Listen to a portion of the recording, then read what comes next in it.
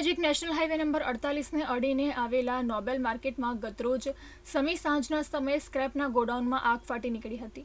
જોતજોતામાં આગે વિકરાળ સ્વરૂપ ધારણ કરતા સ્ક્રેપના 8 ગોડાઉન આગની ચપેટમાં આવી ગયા હતા, જેને કારણે ભારે અફરાતફરીનો માહોલ સર્જાયો હતો।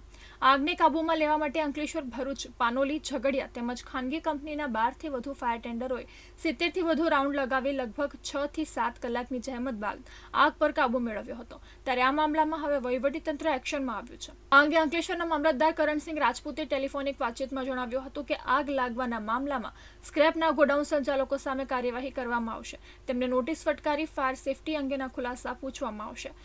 અને સ્થળ પર આવ્યા પછી ખબર પડી કે પાનોલી ફાયર સ્ટેશનની ગાડી અને અમારી ગાડી બંને ભેગા થઈને ફાયર ફાઇટિંગ ચાલુ કરેલ, પણ અંદાજિત 8 થી 10 ગોડાઉન એક સાથે હતા। એના લીધે આગ ખૂબ ઝડપથી પ્રસરી ગઈ અને અમે પેરેલલ બધી જ ફાયર સર્વિસને કોન્ટેક્ટ કરી અને સ્થળ પર આવીને મદદ આપવા માટે જણાવેલ અને દરેકે ખૂબ જ સારી રીતે અમને મદદ આપેલ છે।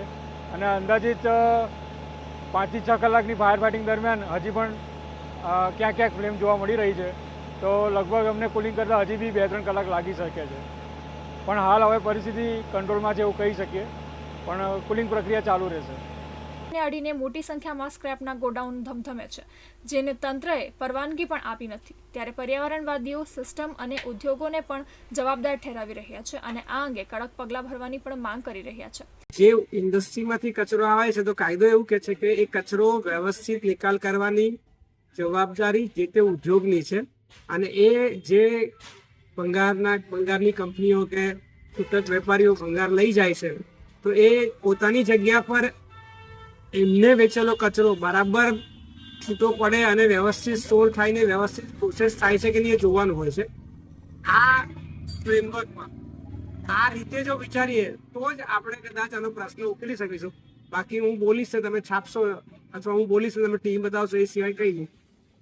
અને આ ગુજરાત પોલ્યુશન કંટ્રોલ બોર્ડ અને કલેક્ટરની ઓફિસની માનીને જે બધા ટોપ લેવલના ઓફિસરો છે નોટિફાઈ એરિયાને, એ લોકોએ એસોસિએશન એ લોકોએ એ રીતે જોવો પડશે પ્રશ્નને।